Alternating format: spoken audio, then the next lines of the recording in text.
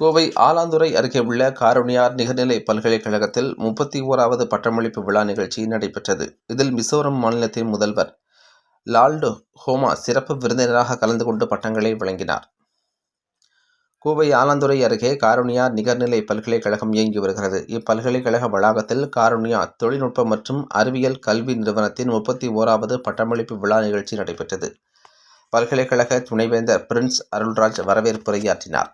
தொடர்ந்து மிசோரம் மாநிலத்தின் முதல்வர் லால்டு ஹோமாவின் தலைமைத்துவம் சேவையை பாராட்டி அவருக்கு கௌரவ டாக்டர் பட்டம் வழங்கப்பட்டது.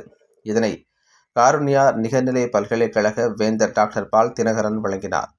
தொடர்ந்து நடைபெற்ற பட்டமளிப்பு விழா நிகழ்ச்சியில் மிசோரம் மாநில முதல்வர் லால்டு ஹோமா மற்றும் டாக்டர் பால் தினகரன் ஆகியோர் பட்டம் பெற்ற மாணவ மாணவியர்களுக்கு பட்டங்களை வழங்கினர். இதில் மொத்தமாக 1968 மாணவ மாணவியர்கள் பட்டங்களை பெற்றனர். முன்னதாக விழா பேருரையாற்றிய டாக்டர் பால் தினகரன், இலக்கு இல்லாத அம்பு செல்லும் பாதையை ஒருபோதும் தீர்மானிக்காது. இலக்கு என்பது நீங்கள் கற்றுக்கொண்ட கல்வியின் மூலம் இந்த உலகில் நீங்கள் பெறப்போவது.